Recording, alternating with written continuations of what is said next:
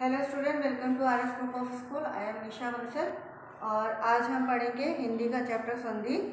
ये जो चैप्टर है ये 6, 7, 8 क्लास के लिए है। तो संधि में हमने आपको पढ़ाया था संधि क्या होती है, दो शब्दों के मेल को संधि कहते हैं। उसके बाद संधि विच्छेद पढ़ाया था कि जब एक जो है जब दो या दो से अधिक शब्द आपस में मिलकर संधि करते हैं तो वो आप मतलब ब्रेक भी हो सकते हैं, टूट भी सकते हैं, तो इसे हम संधि विच्छेद कहते हैं। उसके बाद हमने पढ़ा था संधि कितने तरह की होती है, 3 तरह की होती है, स्वर संधि, व्यंजन संधि और विसर्ग संधि। ठीक है, स्वर संधि हमने पढ़ी थी कि जब दो स्वरों के मिलने से जो परिवर्तन होता है उसे हम स्वर संधि कहते हैं। इसमें हमने पढ़ा था दीर्घ संधि, वृद्धि संधि, यठ संधि, अयादि संधि, गुण संधि। 5 तरह की संधि हमने जो है स्वर संधि में पढ़ी थी। ठीक है, नेक्स्ट है हमारा व्यंजन संधि। व्यंजन संधि में क्या होता है, व्यंजन संधि में हमने पढ़ा था कि जब कोई दो व्यंजन या एक स्वर और एक व्यंजन या एक व्यंजन और एक स्वर आपस में मिलने से जो परिवर्तन उत्पन्न होता है उसे हम व्यंजन संधि कहते हैं। व्यंजन संधि के काफ़ी सारे जो नियम हैं हम पहले के वीडियोस में पढ़ चुके हैं। अब आगे के नियम हम इस वीडियो में कवर अप करेंगे। तो देखिए क्या है व्यंजन संधि बनाने का अगला नियम, माँ संबंधी नियम। ठीक है, माँ संबंधी नियम। अब माँ संबंधी नियम क्या है कि यदि माँ का मेल का से माँ तक किसी भी व्यंजन से हो, माँ का मेल का से माँ तक किसी भी व्यंजन से होता है तो माँ जो होता है उस वर्ग के 5वें वर्ण में परिवर्तित हो जाता है।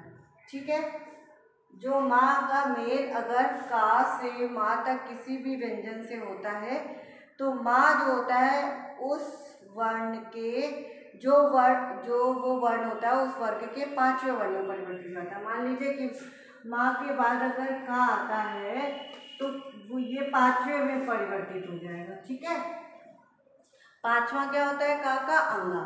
ठीक है, चा का क्या होता है, यम, टा का क्या होता है, अड़ा। तो इस तरह से 5वें वर्ग में परिवर्तित हो जाएगा। समझ में आया कि यदि माँ का मेल का से माँ तक किसी भी व्यंजन से होता है तो ये जो पहले वाला माँ है ये किस में कन्वर्ट हो जाएगा, जो भी वर्ण आ रहा है वो जिस वर्ग का है उस वर्ग के 5वें वर्ण में परिवर्तित हो जाएगा। देखिए, और जो इसके अनुसार जो होता है इसे अनुस्वार के रूप में लिखा जाता है। जो भी वर्ण आता है 5वां वर्ण उसे हम अनुस्वार के रूप में लिखते हैं। अनुस्वार का मतलब होता है कि ऊपर एक बिंदी लगा देना। ठीक है, जैसे यहाँ पे देखिए सम प्लस कर, अब माँ आया और का, तो माँ के बाद का आया है तो देखिए अब ये जो माँ है ये एक अनुस्वार में परिवर्तित हो गया है। सम प्लस कल्प क्या हो जाएगा, संकल्प। सम प्लस तोष क्या हो जाएगा, संतोष। तो जो भी इसका रूल क्या है कि अगर माँ के बाद कोई भी व्यंजन का से माँ तक आता है तो वो जो माँ हमने पहले वाला माँ लिखा है वो किस में कन्वर्ट हो जाएगा, वो उस वर्ग जो वर्ण जिस वर्ग में आ रहा है उस वर्ग के 5वें वर्ण में परिवर्तित हो जाएगा और इसे हम अनुस्वार के रूप में लिखते हैं। एक चीज़ ध्यान रखिएगा कि अगर माँ के बाद माँ आ रहा है तो फिर ये जो माँ है ये अनुस्वार के रूप में नहीं लिखा जाएगा, ये हो जाएगा आधा माँ। ये आप ध्यान रखिएगा कि अगर माँ के बाद भी माँ आ रहा है तो माँ जो पहले वाला माँ है उसे हम अनुस्वार के रूप में नहीं लिखेंगे बल्कि उसे हम आधा माँ के रूप में लिख देंगे। ठीक है, नेक्स्ट है हमारा चा संबंधी नियम। ठीक है, चा संबंधी नियम देखिए, अगर सा से पहले आ या आ को छोड़कर कोई भी स्वर आता है, ठीक है, अगर सा से पहले आ या आ को छोड़कर, छोटा आ या बड़ा आ को छोड़कर कोई भी स्वर आता है, ये चा संबंधी नियम नहीं है, सॉरी ये सा संबंधी नियम है। ठीक है, सा संबंधी नियम, यदि सा से पहले आ या बड़ा आ को छोड़कर कोई भी स्वर आएगा, सा से पहले यानी कि सा जो है वो दूसरे शब्द में आ रहा है तो पहले शब्द के आखिरी में छोटा आ या बड़ा नहीं आना चाहिए, उसकी जगह कोई भी स्वर आ सकता है। छोटी आ सकती है, बड़ी आ सकती है, छोटा हो बड़ा हो, छोटा हो बड़ा हुआ, बड़ा हो, मतलब कोई भी आ सकता है। ठीक है, तो अगर सा से पहले छोटा आ या बड़ा आ को छोड़कर कोई भी स्वर आता है तो ये जो सा है वो किस में कन्वर्ट हो जाता है, शा में कन्वर्ट हो जाता है।